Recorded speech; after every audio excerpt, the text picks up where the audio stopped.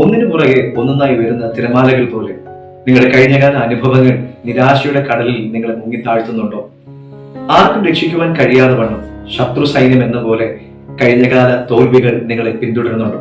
Israel ജനം മിസ്രൈമിൽ നിന്ന് പുറപ്പെട്ട് ചെങ്കടലിന് മുൻപിലെത്തിയപ്പോൾ മോശ അവരോട് ഇപ്രകാരം പറഞ്ഞു: ഭയപ്പെടേണ്ട, ഇന്ന് കണ്ട മിസ്രൈമിനെ ഒരു നാളും നിങ്ങൾ കാണുകയില്ല.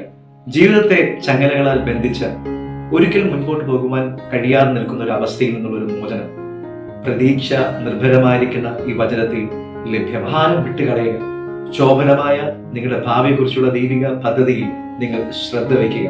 സാഹചര്യങ്ങൾ അസാധ്യമായി തോന്നിയേക്കാം, എന്നാൽ അതിനേക്കാൾ ഉപരിയായി ദൈവിക ശക്തി വലുതാണെന്ന് തിരിച്ചറിയുക. പ്രശ്നങ്ങൾ നമ്മുടെ ബുദ്ധി കൊണ്ട് പരിഹരിക്കാൻ ശ്രമിക്കാതെ ആ പ്രശ്നങ്ങളെ ദൈവം പരിഹരിക്കട്ടെ എന്ന് ദൈവത്തിലേക്ക് ഏൽപ്പിച്ചു കൊടുക്കുക. ഭയത്തെയും സംശയത്തെയും ഉപേക്ഷിച്ച് ദൈവം ഒരുക്കുന്ന വാഗ്ദത്തങ്ങളിലേക്ക് നടന്നു കയറുക.